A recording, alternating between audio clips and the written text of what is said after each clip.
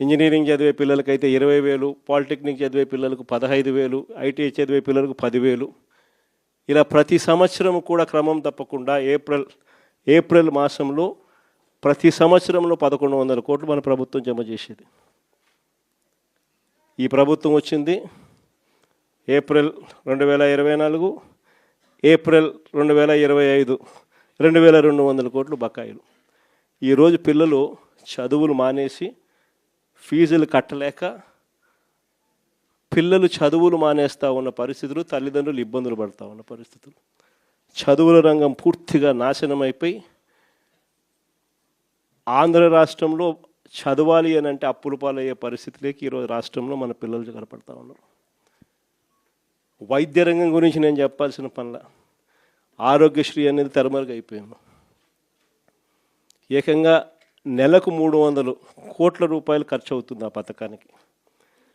ప్రతి పేదవాడికి, ప్రతి మధ్యతరగతి వారికి ఏకంగా 25 లక్షల దాకా ఉచితంగా పేదవాడికి వైద్యం అందించే పరిస్థితి మన ప్రభుత్వం.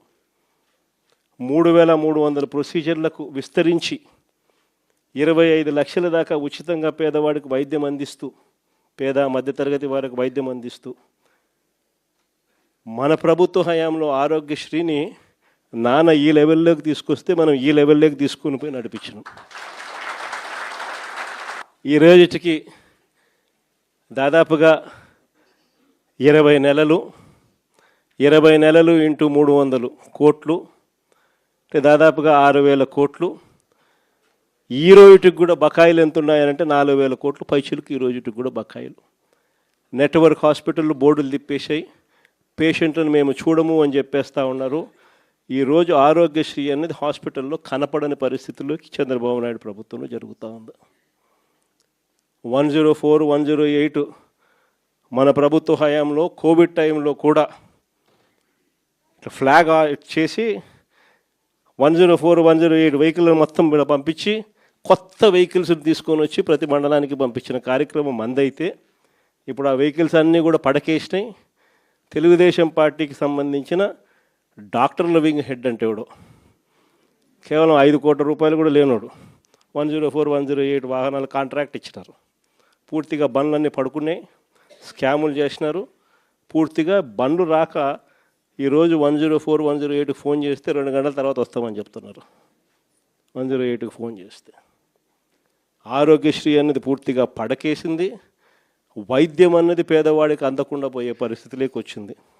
గవర్నమెంట్ ల్యాండు, గవర్నమెంట్ బిల్డింగులు, పనిచేసే స్టాఫ్ గవర్నమెంట్ స్టాఫ్, జీతాలు ఇచ్చేది గవర్నమెంటు, స్కాములు చేస్తూ ప్రైవేట్ వాళ్ళకి ఇస్తున్నాడు. ఉట్టి జీతాలకే ఆ మెడికల్ కాలేజీలలో సంవత్సరానికి నెలకు 5 కోట్ల రూపాయలు ఒక్కొక్క కాలేజీలో అవుతుంది. సంవత్సరానికి 60 కోట్లు, 2 ఏళ్ళకు 120 కోట్లు గవర్నమెంట్ మెడికల్ కాలేజు ప్రైవేట్ వాళ్ళకి ఇచ్చి చంద్రబాబు నాయుడు 120 కోట్లు వాళ్ళకి ఎన్నికిస్తాడంట. ఇది ఎక్కడైనా మీరు విన్నారా? గవర్నమెంట్ది ల్యాండు, గవర్నమెంట్ది బిల్డింగులు, గవర్నమెంట్ స్టాఫు, జీతాలు ఇచ్చేది గవర్నమెంటు, నడిపేదేమో ప్రైవేటు, లాభాలేమో ప్రైవేటు కంట. ఇట్లాంటి దారుణమైన స్కాములు చేస్తే మేము అధికారంలోకి వచ్చినాక 2 నెలల్లో బొక్కలు వేస్తానని చెప్పిన.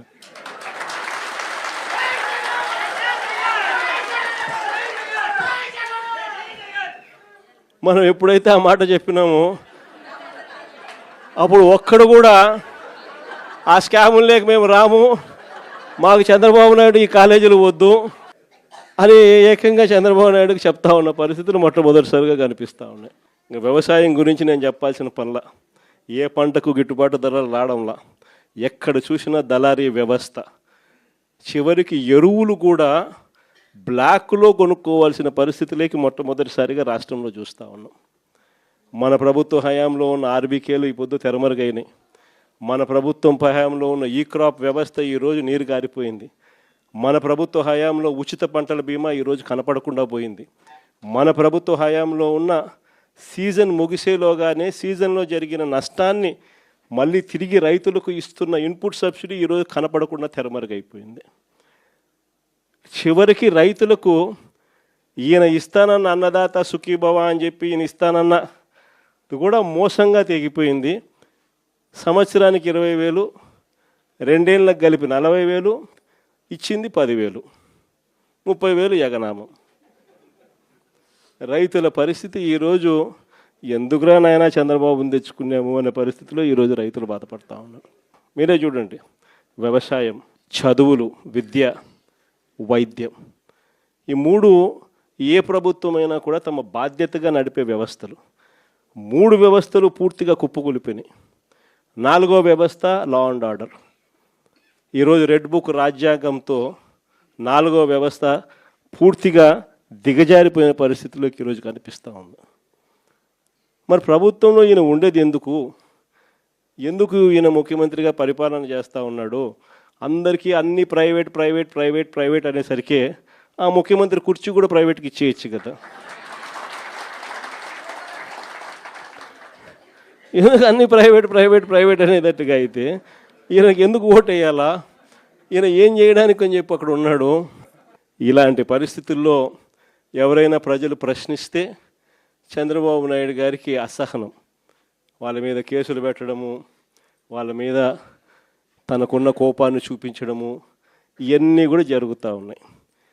ఇలాంటి పరిస్థితుల మధ్య నిజంగా వైఎస్ఆర్ కాంగ్రెస్ పార్టీ ప్రజలకు తోడుగా నిలబడే కార్యక్రమం చేస్తూ ఉంది. ప్రజలకు ఏ కష్టం వచ్చినా, అక్క చెల్లెమ్మలకు ఏ కష్టం వచ్చినా, రైతన్నలకు ఏ కష్టం వచ్చినా, పిల్లలకి ఏ కష్టం వచ్చినా కూడా వాళ్ళందరి తరపున జెండా పట్టుకొని పోరాటం చేస్తూ ఉన్న పార్టీ ఒక్క వైఎస్ఆర్ కాంగ్రెస్ పార్టీ మాత్రమే. మిమ్మల్ని అందరినీ కూడా ప్రోత్సహిస్తూ జేపీకి కూడా మీ అందరి సహాయ సహకారాలు కావాలి. అందుకనే జేపీని కూడా తీసుకొని వచ్చి బాధ్యతలు అప్పచెప్పినాం. జేపీకి కూడా మనలోని ప్రతి కార్యకర్త కూడా జేపీని కూడా మన సొంత కుటుంబ సభ్యునిగా భావిస్తూ మనం అందరం కూడా తోడ్పాటు ఇస్తేనే తాను కూడా గట్టిగా నిలదొక్కుంటుంది.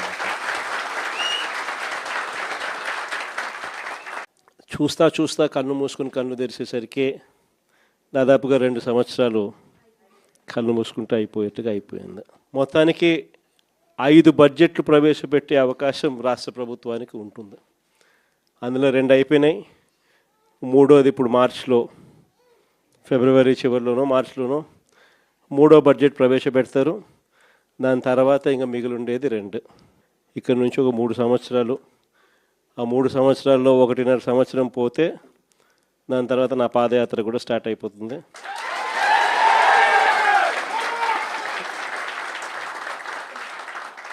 దాని తర్వాత మరో 1.5 సంవత్సరం నేను కూడా ప్రజలతోనే రోడ్ల మీదే ప్రజల్లోనే మమేకమవుతూ ఆ ప్రయాణం కొనసాగుతుంది.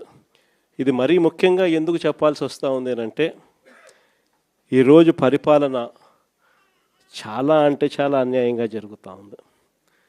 రెడ్ బుక్ రాజ్యాంగంతో ఎక్కడా కూడా ఎవరినైనా కూడా ఏమంటే అది నేను చేసేయచ్చు అని ఖండకావరంతో ఈరోజు పరిపాలన సాగిస్తూ ఉన్నారు. పాలనంతా కూడా అబద్ధాలు, మోసాలు. ఆ అబద్ధాలు ఆడుతున్నావయ్యా, మోసం ఎందుకు చేస్తున్నావయ్యా అని చెప్పి గట్టిగా నిలదీస్తే రివర్స్ ఉల్టా కేసులు పెడతా ఉన్నారు, పోలీసులను పంపిస్తూ ఉన్నారు. పోలీసు వ్యవస్థ ఎప్పుడు చూడని విధంగా దుర్వినియోగం అయిపోయిన పరిస్థితులు మొట్టమొదటిసారిగా చూస్తూ ఉన్నాం. ఇవన్నీ కూడా ఈరోజు మనకు కనిపిస్తూ ఉన్నాయి. మరోవైపున పాలన ఎలా సాగుతూ ఉందని ఒకసారి చూస్తే పాలనలో ప్రతి ఇంట్లో కూడా ఈరోజు చర్చనీయాంశంగానే ఉంది. ప్రతి ఇంట్లో కూడా ఈరోజు చర్చ జరుగుతూ ఉంది. జగన్ ఉన్నప్పుడే బాగుండేది, కనీసం ఆయన ప్రతి నెల ఏదో బటన్ నొక్కుతూ ఉన్నాడు, ఖచ్చితంగా మాట చెప్పినాడు, మాట ప్రకారం నిలబడ్డాడు. ఈరోజు జగన్ పోయాడు, చంద్రబాబు నాయుడు ఏమో బిర్యానీ పెడతానని మోసం చేశాడు, ఉన్న పలావు పోయింది, ఇప్పుడు బిర్యానీ కూడా పోయింది అని చెప్పి ఈరోజు ప్రతి ఇంట్లో కూడా చర్చనీయాంశం జరుగుతూ ఉంది. ఈరోజు నిజంగానే ప్రతి ఇంట్లో కూడా పోలికను చూస్తూ ఉన్నారు. ఆ రోజు ఇదే రాష్ట్రం, ఇదే బడ్జెట్, ఇదే పరిస్థితుల్లో అప్పుడు ఇంకా దారుణమైన పరిస్థితులు, కోవిడ్ వచ్చి 2 సంవత్సరాలు అతి దారుణమైన పరిస్థితులు ఉన్నప్పటికీ కూడా ఎప్పుడూ కూడా ప్రభుత్వ కష్టాలను ఎప్పుడూ ప్రజలకు చూపించి ఎప్పుడూ కూడా పథకాలను ఎగరగొట్టాలి అని చెప్పి ఏ రోజు మన ప్రభుత్వం ఎప్పుడు ఆలోచన చేయలే. మన కష్టాలు ఎన్నున్నా కూడా ముఖంలో చిక్కటి చిరునవ్వే మెయింటైన్ చేశాం. ప్రజలకు మాత్రం చెప్పిన ప్రతి మంచి కూడా చేసి చూపించిన ప్రభుత్వం మనది. కానీ ఎప్పుడైతే మనం ఓడిపోయినామో, ఎప్పుడైతే చంద్రబాబు నాయుడు గారి పాలన ప్రజలు మళ్ళీ తిరిగి చూశారో అప్పుడు తేడా కనిపిస్తూ ఉంది. జగన్ వల్ల మంచి జరిగింది, జగన్ ఎలా చేయగలిగినాడు, చంద్రబాబు నాయుడు ఎందుకు చేయలేకపోతా ఉన్నాడు, చంద్రబాబు నాయుడు అంత అబద్ధాలోడు, మోసం చేసేవాడు ప్రపంచ చరిత్రలో ఎవడు ఉండడు అని కూడా చెప్తా ఉన్నారు. ఒకవైపున ఉన్న పథకాలన్నీ రద్దయిపోయాయి, మరోవైపున ఈయన చెప్పిన సూపర్ 6లు సూపర్ 7లు అన్నీ మోసాల కింద తేలిపోయాయి. ఇంకొక అడుగు చూస్తే వ్యవస్థలన్నీ కూడా పూర్తిగా నీరు గారిపోయినాయి, నిర్వీర్యమైపోయినాయి. ఆశ్చర్యం కలిగించే విధంగా స్కూళ్ళు అయితే కలకలలాడుతూ ఉన్నాయి. మన ప్రభుత్వంలో మొట్టమొదటిసారిగా స్కూల్ రూపురేఖలు మారాయి. దశాబ్దాలుగా ఎవడు కూడా పట్టించుకునే పరిస్థితి నుంచి స్కూళ్ళ రూపురేఖలు మారి ప్రైవేట్ వాళ్ళు కూడా గవర్నమెంట్ స్కూళ్ళతో పోటీ పడే పరిస్థితి ఎప్పుడు వచ్చింది అని అంటే అది కేవలం మన 5 సంవత్సరాల పరిపాలనలో మాత్రమే జరిగింది.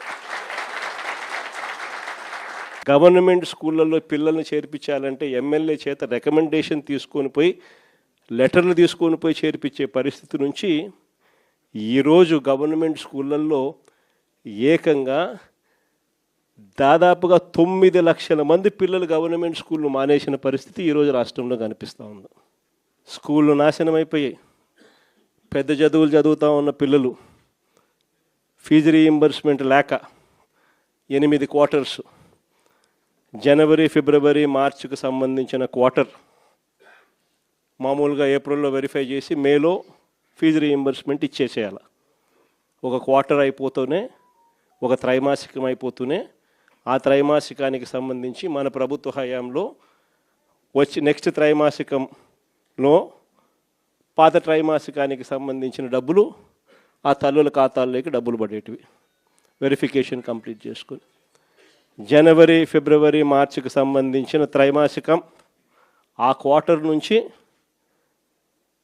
ఎలక్షన్ కోడ్ మార్చి 16వ తారీఖు ఎలక్షన్ కోడ్ వచ్చింది, అక్కడ ఆగిపోయింది. అంతే. అక్కడ నుంచి ఈ నిన్న డిసెంబర్కు ఏకంగా 8 క్వార్టర్స్.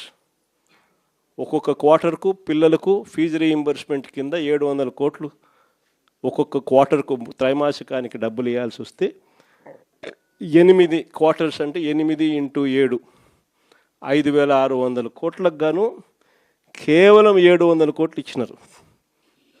4,900 కోట్లు బకాయి.